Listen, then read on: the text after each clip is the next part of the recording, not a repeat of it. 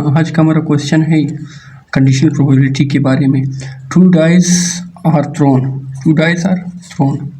दो डाइस को हमने थ्रो किया साइमल्टेनियसली, यानी कि बैक वक्त हमने दो डाइस को क्या किया, थ्रो किया। Find the conditional probability. हमें क्या करना है, कंडीशनल प्रोबेबिलिटी मालूम करना है। व्हेन द सम इज 7, जब सम यानी कि उनका मजमुआ, उनको जमा करें तो क्या आ जाए, 7 आ जाए। और दूसरे में क्या कर रहा है, एटलीस्ट 1 3 अपीयर, यानी कि कम से कम एक 3 आ जाए, अपीयर आ जाए, 3 आ जाए। तो सबसे पहले हम क्या करेंगे, जो सैम्पल स्पेस बनेंगे जब हम दो कॉइन को टॉस करेंगे तो वो क्या आ सकते हैं, 1 1 आ सकता है, 1 2 1 3 1 4 1 5 1 6 2 1 2 2 2 3 2 4 2 5 2 6 3 1 3 2 3 3 3 4 3 5 3 6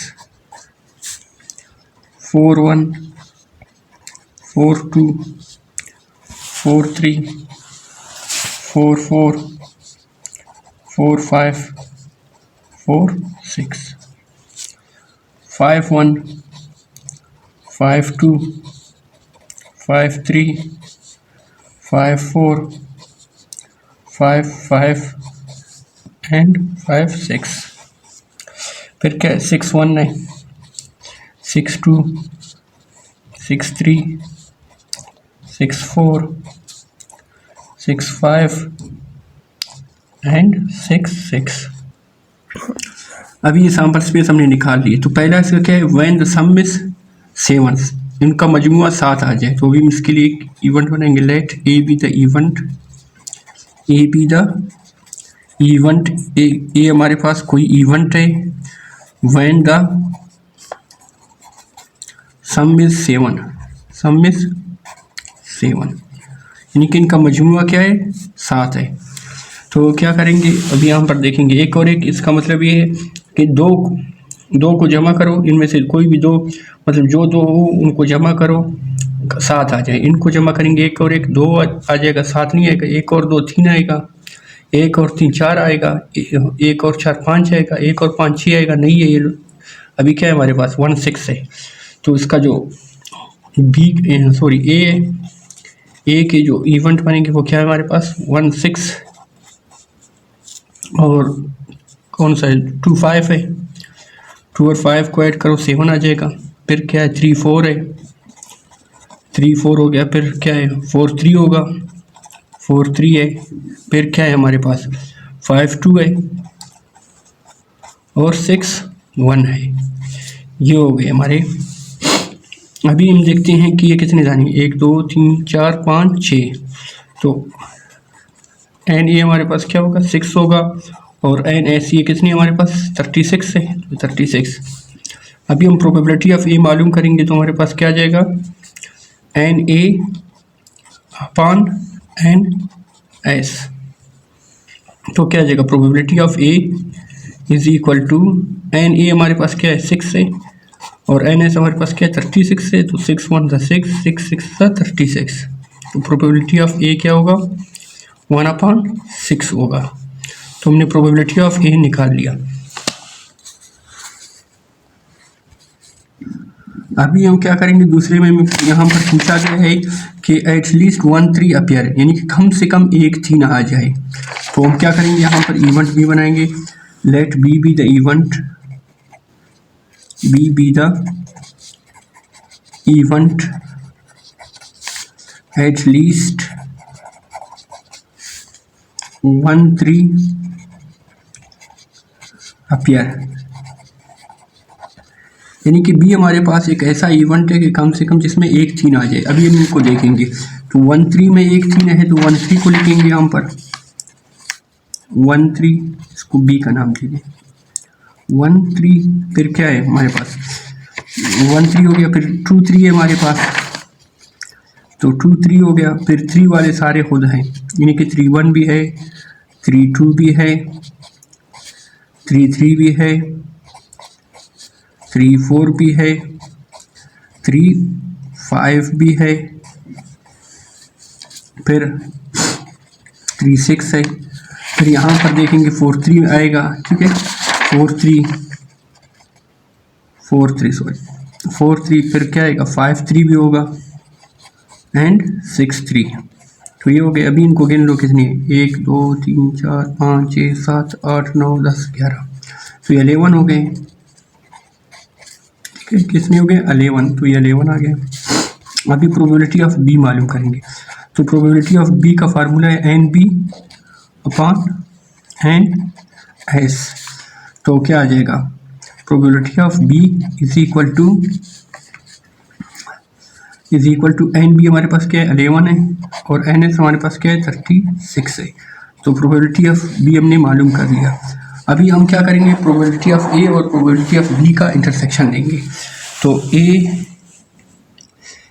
इंटरसेक्शन बी लेंगे दोनों का, यानी कि ए की आउटकम और बी के आउटकम का हम इंटरसेक्शन लेंगे। तो यहाँ पर ए के हमारे पास क्या थे 1 6 2 5 1 6 2 5, ठीक है, फिर क्या है 3 4 4 3 3 4 4 3, फिर 5 2 एंड 6 1। तो इसका फिर क्या आ जाएगा इंटरसेक्शन आएगा। इधर मैंने इंटरसेक्शन लिखा समझाने के लिए, वैसे इंटरसेक्शन तो नहीं लिखी लेकिन समझाने के लिए लिखा। फिर क्या है हमारे पास ये सारे आ जाएंगे, ठीक है, बी है, बी के सारे एलिमेंट्स आ जाएंगे। तो 1 3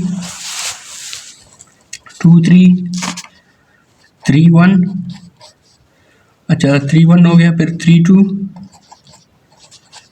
फिर क्या आ जाएगा 3 3,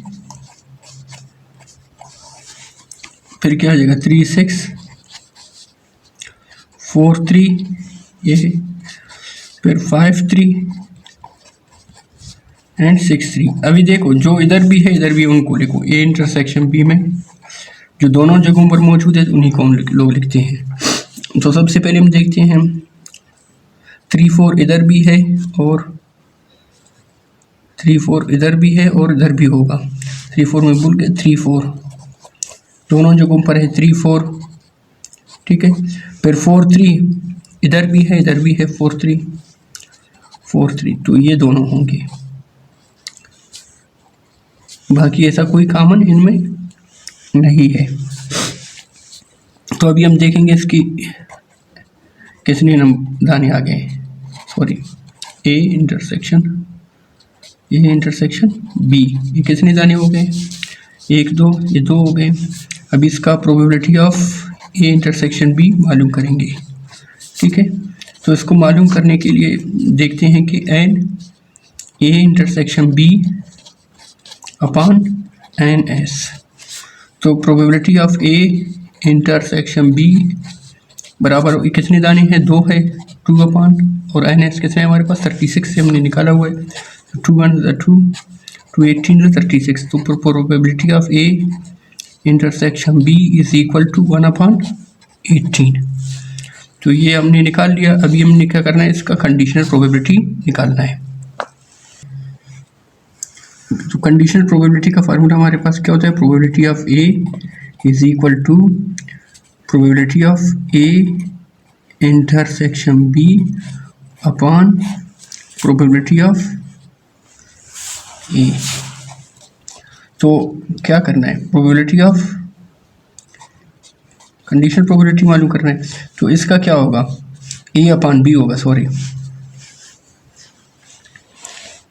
तो इसमें क्या सही, तो अभी हम probability of A intersection B हमने निकाला हुआ है। Probability of A intersection B क्या है हमारे पास 1 अपॉन 18 है, 1 अपॉन 18, तो 1 अपॉन 18। और फिर हमारे पास प्रोबेबिलिटी ऑफ ए है, प्रोबेबिलिटी ऑफ ए हमने निकाला 1 अपॉन 6, तो ये 1 अपॉन 6। तो probability of A is equal to 1 upon 18 multiply by 1 upon 6 है, सॉरी 1 अपॉन 6। तो ये 6 ऊपर आ जाएगा और नीचे 1 आ जाएगा। तो 6 1 6 6 3 ज़ा 18, probability of A is equal to 1/3। तो ये हमारा आंसर हो गया, probability of A upon B, sorry A upon B. तो ये हमारा आंसर हो गया।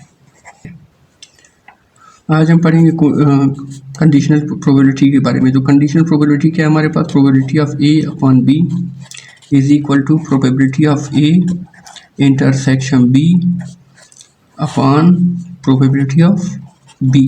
तो ये हमारे पास कंडीशनल प्रोबेबिलिटी है, उसका फार्मूला है कंडीशनल प्रोबेबिलिटी का।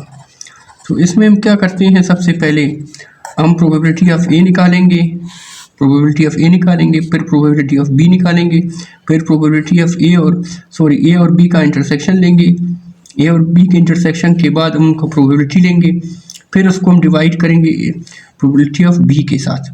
तो इस तरह से हम कंडीशनल प्रोबेबिलिटी सॉल्व कर सकते हैं।